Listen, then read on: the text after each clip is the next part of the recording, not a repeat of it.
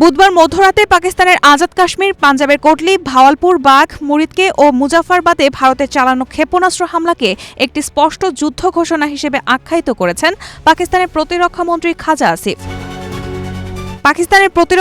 খাজা আসিফ এই হামলার তীব্র নিন্দা জানিয়ে বলেন, ভারত কাপুরুষের মতো তাদের নিজস্ব আকাশসীমা থেকেই হামলা চালিয়েছে। তারা আমাদের মাটিতে না এসেই সাধারণ মানুষের ঘরবাড়িতে আগুন ঝরিয়েছে।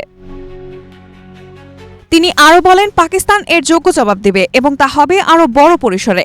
তারা যেভাবে সাধারণ মানুষের ওপর হামলা করেছে তা শুধু উস্কানি নয়, একটি স্পষ্ট যুদ্ধ ঘোষণা। এই হামলার জবাবে পাকিস্তানের সেনাবাহিনী ইতোমধ্যে প্রতিরোধমূলক পদক্ষেপ নিয়েছে বলেও জানান তিনি।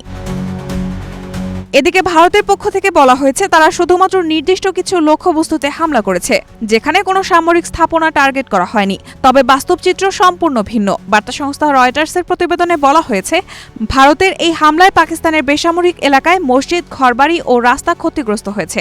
হতাহত হয়েছেন শিশুসহ বহু নিরীহ মানুষ।